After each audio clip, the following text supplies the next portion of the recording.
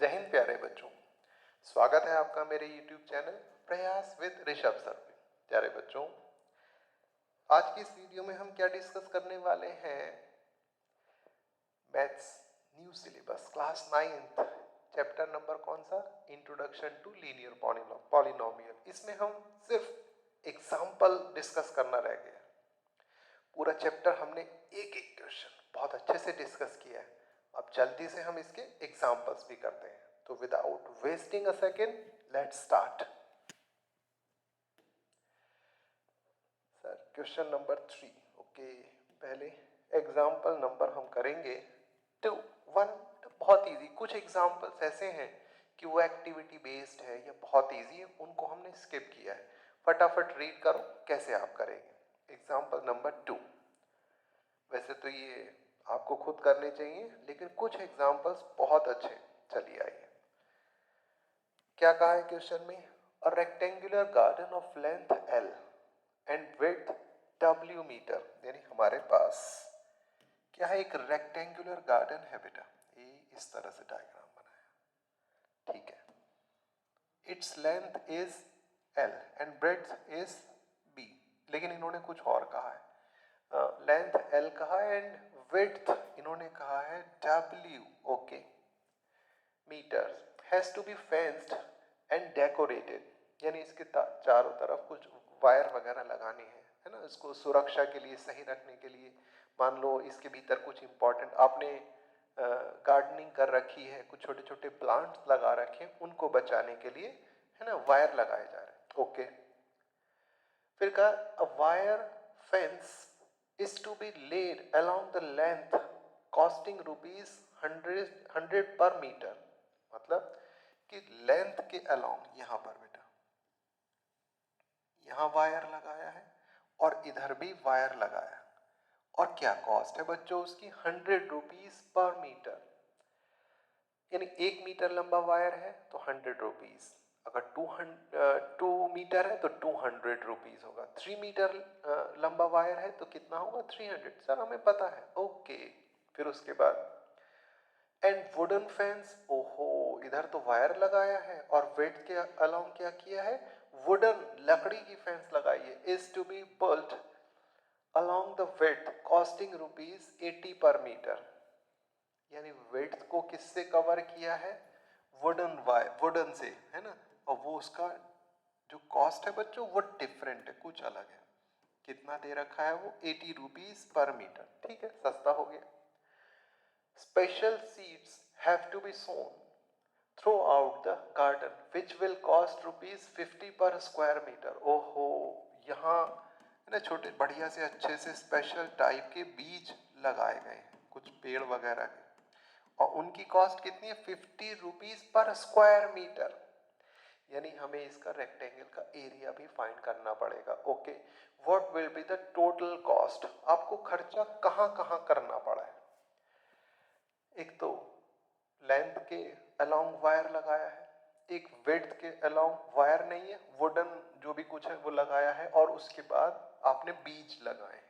3 जगह आपको पैसे लगाने पड़े। अब आप सोच के बताओ कैसे इसको सिंप्लीफाई करेंगे? L मीटर, और ये भी कितना है बेटा? L metre. ये W है और इधर भी कितना है? W। तो आप लिखेंगे कॉस्ट ऑफ वायर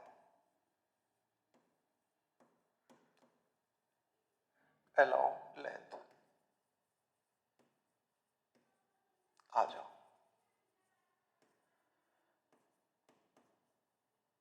बेटा लेंथ के अलोंग क्या किया? ₹100 पर मीटर।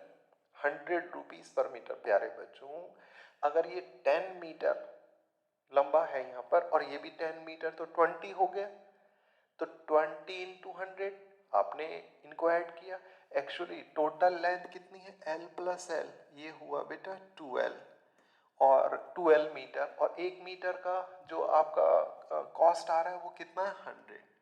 तो यहाँ मल्टीप्लाई करेंगे आप, तो ये तो आएगा बेटा 200 रुपीज। एल की वैल्यू एक्चुअली इन्होंने हमें गिवन नहीं दी है, तो उसी में हम सॉल्व करेंगे। फिर इसके बाद बच्चा अब इन्होंने कहा है वुडन फेंस, फिर हम लिखेंगे कॉस्ट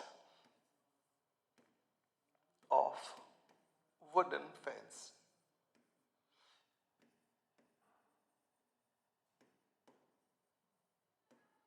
along width। चलो जल्दी से सोच के बताओ। हाँ जल्दी से सोच के बताओ बेटा, सोचोगे नहीं तो कैसे होगा। एग्जाम में सिर्फ ये एनसीईआरटी के क्वेश्चन से एग्जाम्पल थोड़ी ना आने हैं, वहां तो कुछ भी आ सकता है।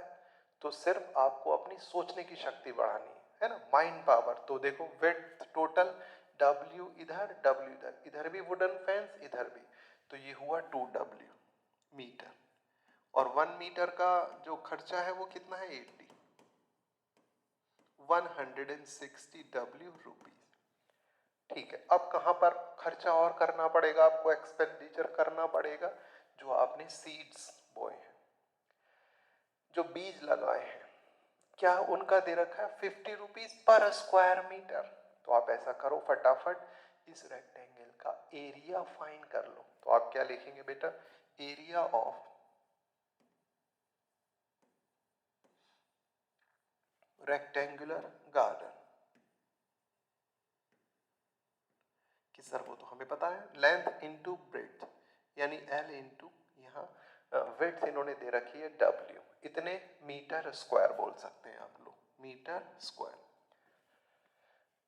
ठीक है, फिर उन्होंने कहा cost 50 rupees per square metre. Okay, तो अब क्या लिखेंगे यहाँ पर, हमें क्या थ्योरी लिखनी पड़ेगी बेटा, special seeds have to be sown throughout the garden which will cost, यानी कॉस्ट ऑफ सीड्स। प्यारे बच्चों 1 स्क्वायर मीटर में कितना एक्सपेंडिचर आ रहा है 50, टोटल है LW, तो 50 इंटू LW। कि सर ये समझ नहीं आया, फिर बताऊंगा बेटा। अगर रेक्टेंगल का एरिया मान लो 2 मीटर स्क्वायर है, 1 मीटर स्क्वायर में बीज लगाने का खर्चा आ रहा है 50, तो 2 मीटर स्क्वायर में 50 से मल्टीप्लाई करेंगे, करेंगे नहीं करेंगे। ठीक है, तो मैंने यहाँ पर area of rectangle LW find किया, 50 रुपीज से मल्टीप्लाई कर दिया, तो ये आया। अब हम लिखेंगे, पूछा क्या हमसे, what will be the total cost, तो हम लिखेंगे देयरफॉर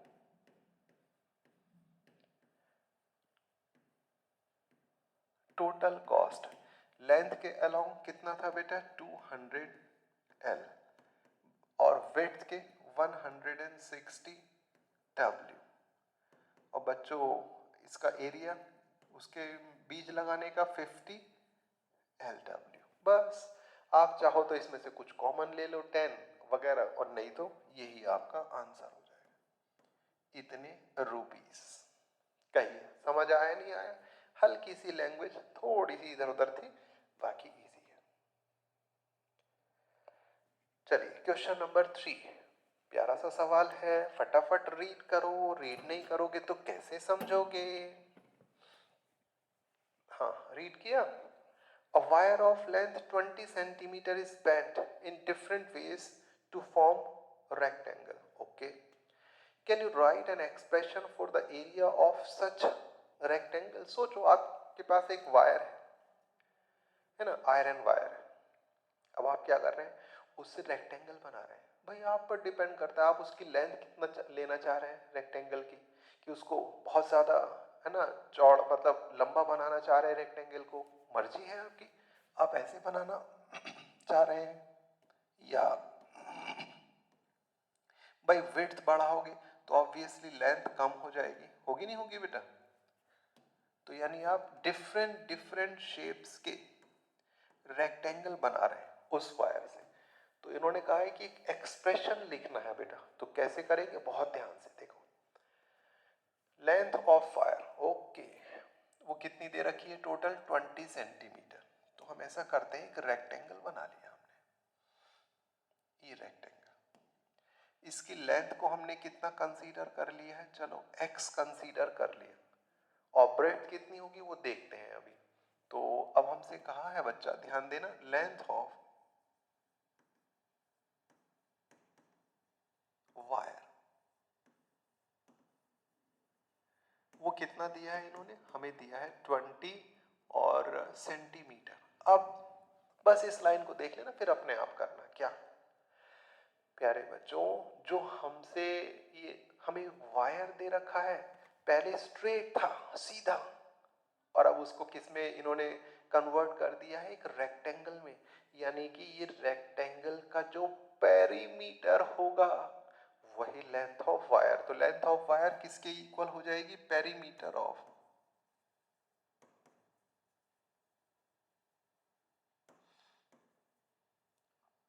रेक्टेंगल।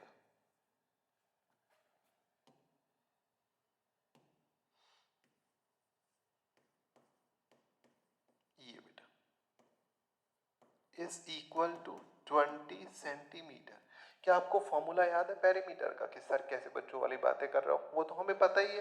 पेरीमीटर मतलब यहां से स्टार्ट करो L, और ये कितना B, ये फिर L फिर B, तो 2 बार तो L आएगा, तो 2 कॉमन ले लेते हैं और 2 बार B आता है, इज इक्वल टू 20। तो हमने लेंथ कितनी कंसीडर कर ली है बेटा, x। ओके, तो 2 यहाँ मल्टीप्लाई में अपॉन में पहुंचेगा। तो प्यारे बच्चों L plus B is equal to 20 को 2 से डिवाइड कर दो हैंड टू हैंड। जैसे डिवाइड कर दोगे तो ये रहेगा 10। L कितना कंसीडर किया है, x plus B is equal to 10। Therefore b will be equal to 10 minus x। ये वैल्यू आ गई हमारे पास b। ओके, फिर अब इसके बाद क्या पूछा है इन्होंने, can you write an expression for the area of such rectangle. Yes sir, we can write. तो आप क्या लिखोगे, एरिया ऑफ रेक्टेंगल। बताओ क्या फॉर्मूला होता है, area of rectangle is equal to length into breadth. What is, इसको मैं ए से शो कर देता हूं, लेंथ इज x और b कितना है 10 माइनस एक्स। लो सर, बच्चों वाले सवाल चल रहे हैं, कितने इजी इजी क्वेश्चन है। बस आप चाहो तो x की मल्टीप्लाई कर दो यहाँ, 10x माइनस एक्स स्क्वायर, ये आंसर आ जाएगा। ठीक है बेटा, इस तरह से इजी से क्वेश्चन। ये L है और यहाँ हमने क्या, ये नहीं लिखा, यहाँ हमने B लिख दिया बेटा। खूब अच्छे से साफ साफ राइटिंग में करेंगे आप। क्वेश्चन नंबर 6 5th क्लास का क्वेश्चन है। अच्छा सर, यस, अभी देखो तुम्हें फील हो जाएगा। अच्छा वीडियो पॉज करो, खुद करो, वीडियो पॉज करके खुद करिए प्लीज प्लीज बेटा, बात माना करो मेरी। हमसे कहा the sum of two number is 64। Okay sir, उनको ऐड करेंगे 64। One of the numbers is 10 more than the other. 10 more, 10 ज्यादा है। प्यारे बच्चों, अगर एक x है तो अगला x प्लस 10 मान लेते हैं। तो हम लिखेंगे लेट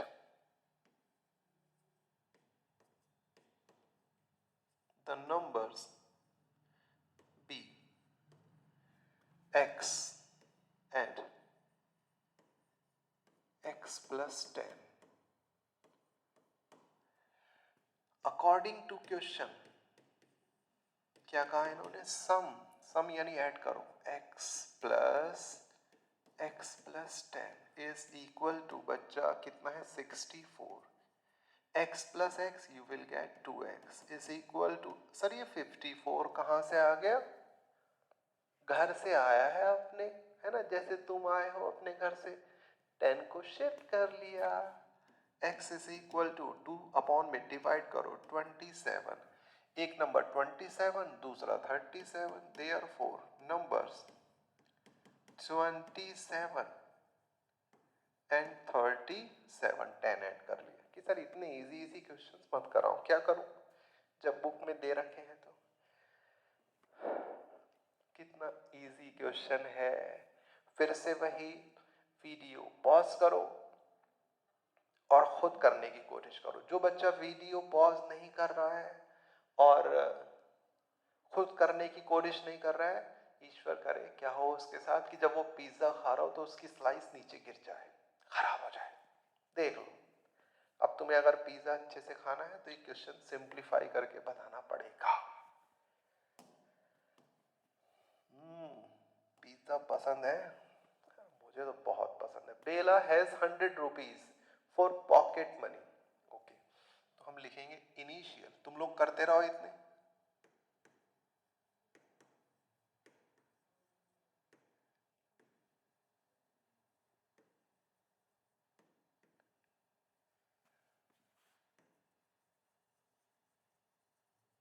कितने रुपए हैं मिस बेला के पास? 100 रुपीज। फिर क्या हुआ? She spends 5 rupees every day. हर दिन वो 5 रुपए खर्च कर दे रही है। After how many days will she be left with ₹40? तो नंबर ऑफ डेज मानना पड़ेगा आपको। आप लिखेंगे लेट आफ्टर, ये नंबर ऑफ डेज मान लो सीधे सीधे, let the number of days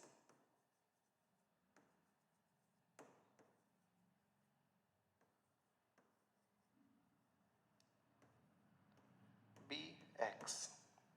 तो अब क्या कहा बेटा? हर दिन वो कितने रुपीस एक्सपेंड कर दे रही है? 5 रुपीज। 2 दिन में कितने कर देगी? 5 इंटू 2। 3 दिन में कितने रुपीस खर्च कर देगी? 5 इंटू 3। 4 डेज में 5 इंटू 4। एक्स डेज में 5 इंटू एक्स। तो हम क्या लिखेंगे?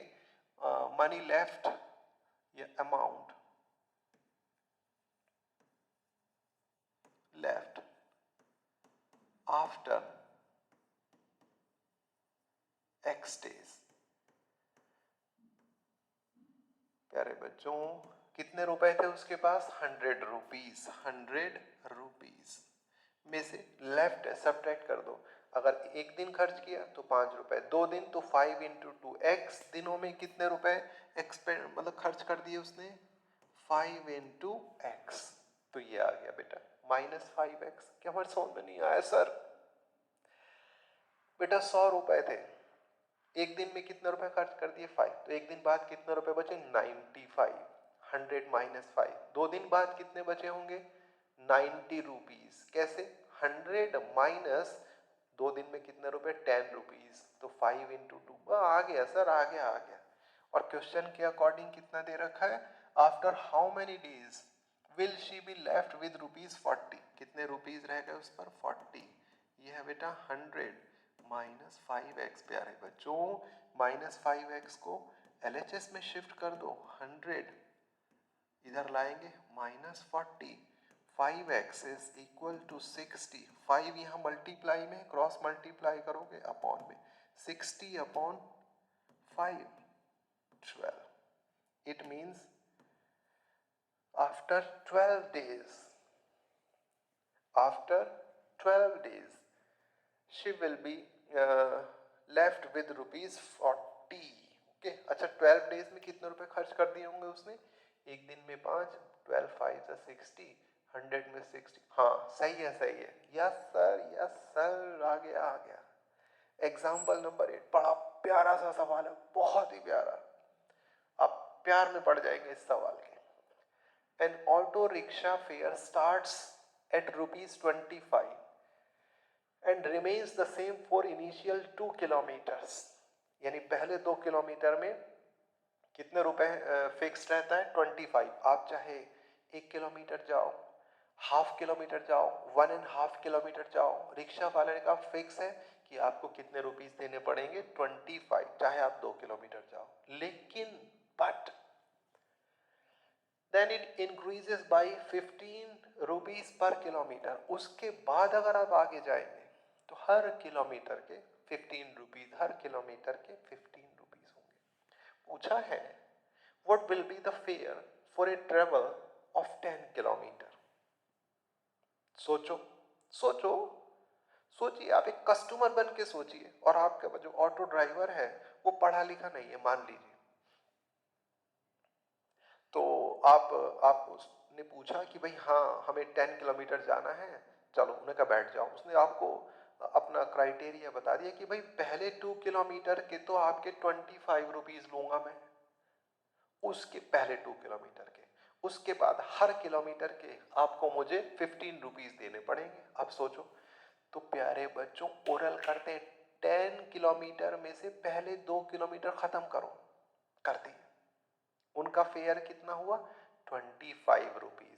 ठीक है सर, दे दिया। अब अगले नेक्स्ट कितने किलोमीटर्स बचे हैं? 10 में से 2, 8 किलोमीटर्स। 8 किलोमीटर बचे। नेक्स्ट जो आपका 8 किलोमीटर है उनका फेयर कितना होगा? 1 किलोमीटर का 15 और 8 किलोमीटर का 15, 8 120 किलो भैया 120 इन लास्ट वाले 8 किलोमीटर्स का 25 वाला 145 रुपीज लो और अपने घर जाओ। आंसर आ गया। हमारी समझ में भी नहीं आया सर, मैं बताऊंगा बेटा। हमसे पूछा है what will be the fair for a travel of 10 kilometre, यानी हमने लिखा बेटा फेयर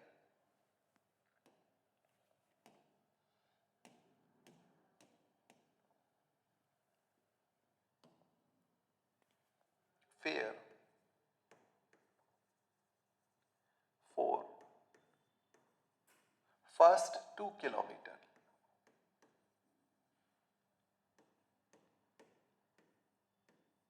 फर्स्ट 2 किलोमीटर्स का फेयर कितना है प्यारे बच्चों? 25 rupees.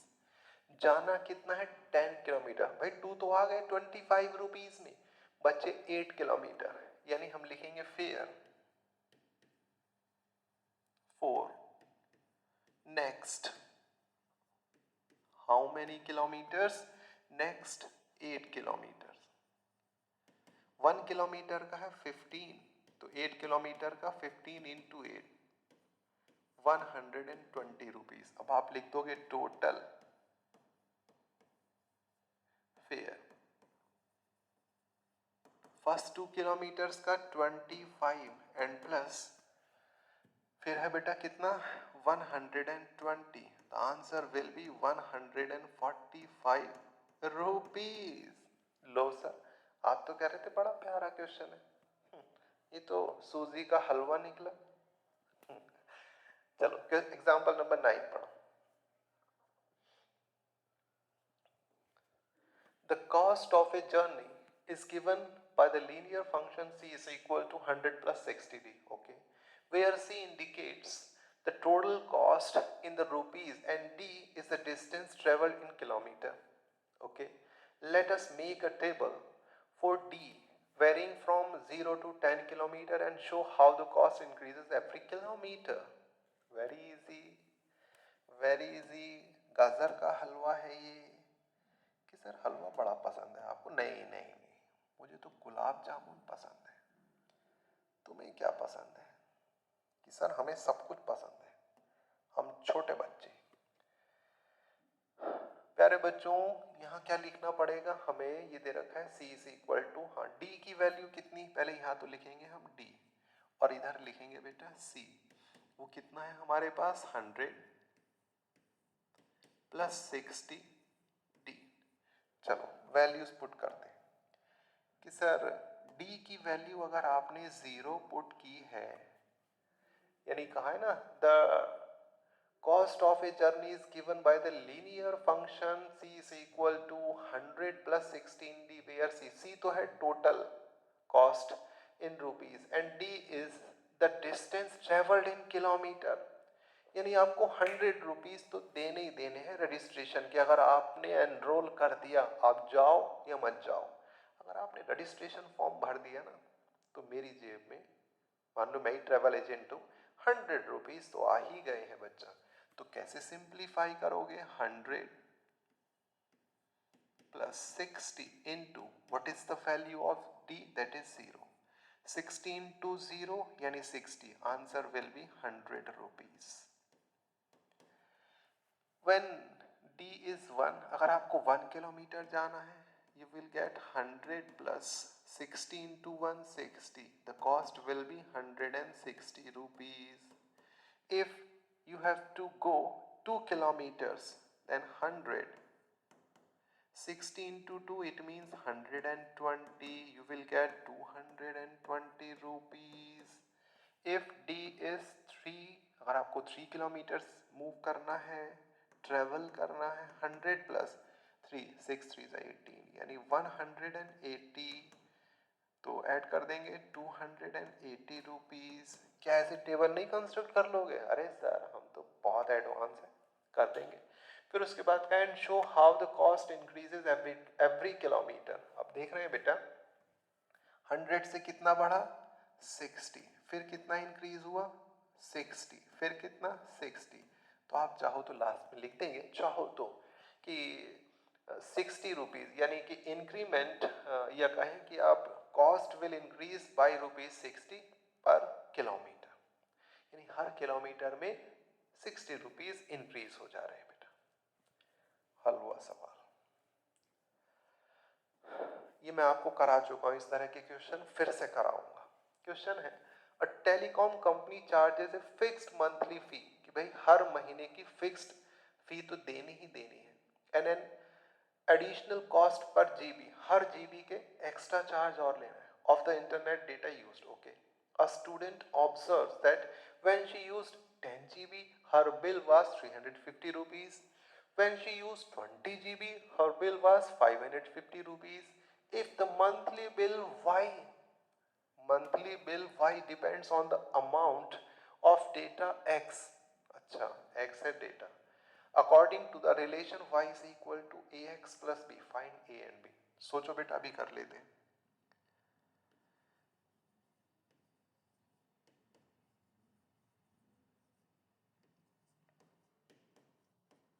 Monthly bill y is equal to है बेटा ax प्लस b, हम लिखेंगे अकॉर्डिंग टू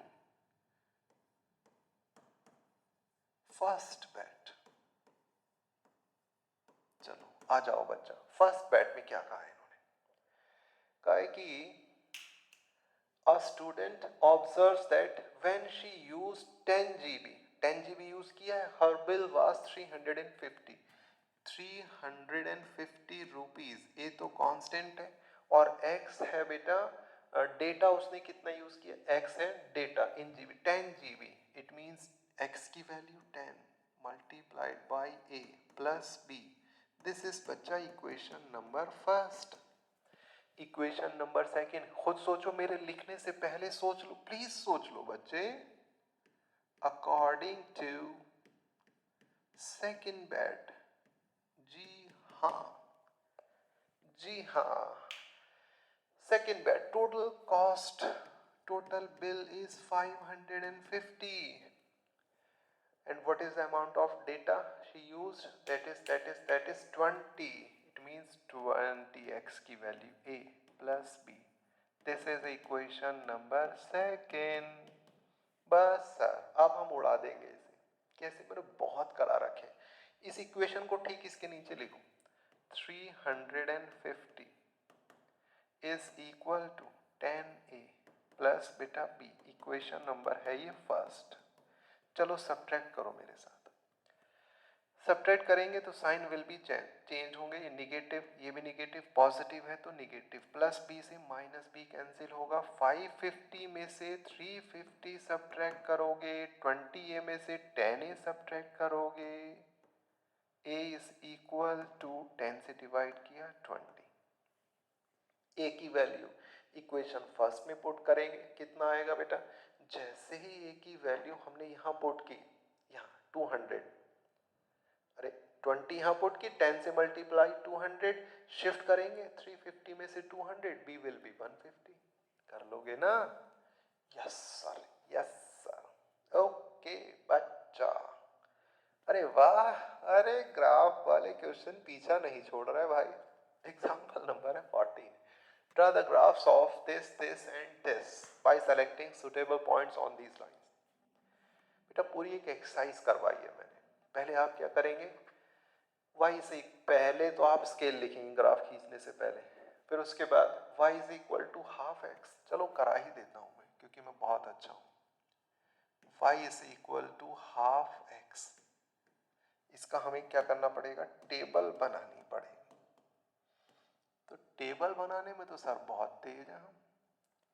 आपको टेबल बनाने में कितने पॉइंट्स की जरूरत पड़ेगी बच्चों, बताया नहीं, सिर्फ 2 पॉइंट सफिशियंट है बेटा।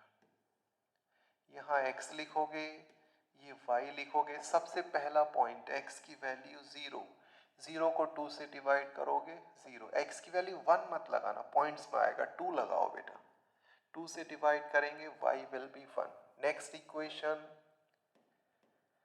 अरे बच्चा next equation y is equal to x, कि सर इसकी टेबल बना दो, लो टेबल बन गई भैया। अब ये क्वेश्चन मुझे लगता है होमवर्क होने वाला है आपका। If x 0 0 x is 1, y is 1. Next is y is equal to 2x. y is equal to 2x करते ही बेटा ये स्केल से बनाना बहुत अच्छे से, ये y, x की value 0, y is also 0, x is 1, y is 2. अब बना लोगे ना, देखो बेटा बहुत इजी है, प्लीज बनाना बेटा, टाइम है ना वेस्ट करने से अच्छा नहीं है, ये आपको खुद करना है, होमवर्क हो गया। Example number 15, draw the graphs of the, अब की बार निगेटिव है, बिल्कुल नहीं घबराना है भाई, निगेटिव है तो क्या निगेटिव वाई एक्सिस में चले जाएंगे। यहाँ x की वैल्यू आप क्या पुट करोगे, पहले 0, प्यारे बच्चों 0, y विल बी 0, फिर x की वैल्यू 1 मत लगाना, 1 लगाओगे तो डिनोमिनेटर में 3 है, 2 मतलब क्या लगाएंगे 3। सर इतने समझदार तो अब हम हो चुके हैं, हम बड़े हो गए अब। मुझे पता है बड़े तो हो गए मेरे बच्चे। x की वैल्यू आप पुट करोगे 3, 3 से 3 कैंसिल, y विल बी -1। तो इसका सबसे पहला पॉइंट कितना आया, x 0, तो y भी 0, x की वैल्यू कितनी बेटा 3, तो y की वैल्यू -1, सॉरी ये मैंने x की वैल्यू जैसे ही 3 लगाई बेटा, 3 से हाँ बिल्कुल सही आया -1। तो first point 0,0, second point x axis पर 3, y एक्सिस पर -1, बस इनको ज्वाइन करती हुई स्ट्रेट लाइन। इसका x की वैल्यू 0, y की वैल्यू 0, x की वैल्यू 1, y है -1, फिर x की वैल्यू 0, y की वैल्यू 0, x की वैल्यू 1, -3। ये पॉइंट्स आप ड्रॉ कर लेना प्लीज बेटा, कर लेना बच्चा।